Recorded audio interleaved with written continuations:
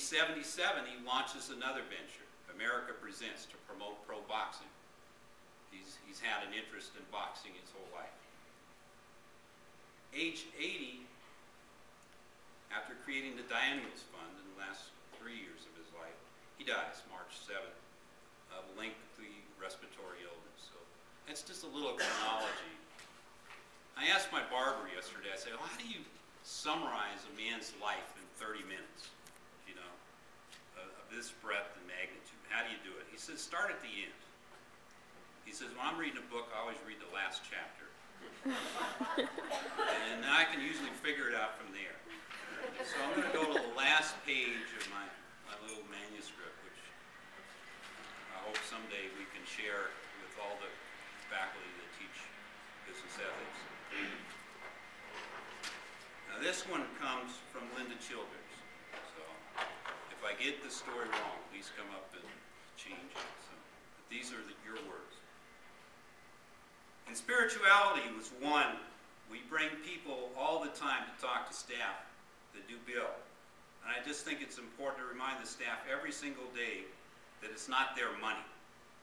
They don't get to decide where it goes. They have fiduciary responsibility to find the best programs to fit the donor's intent.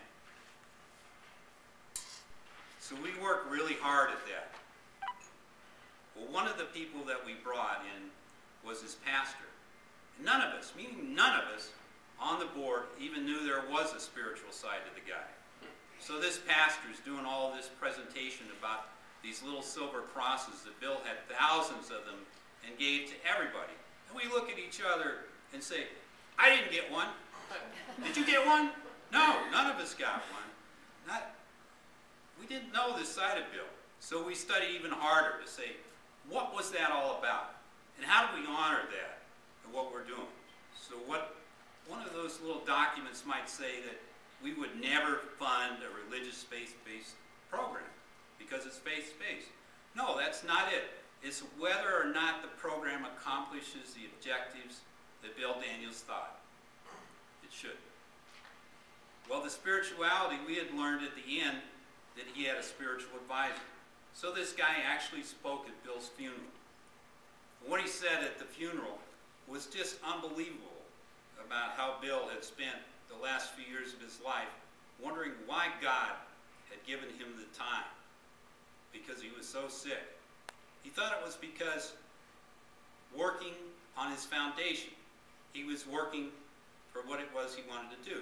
So he was so strong and so powerful in the presentation, his spiritual advisor.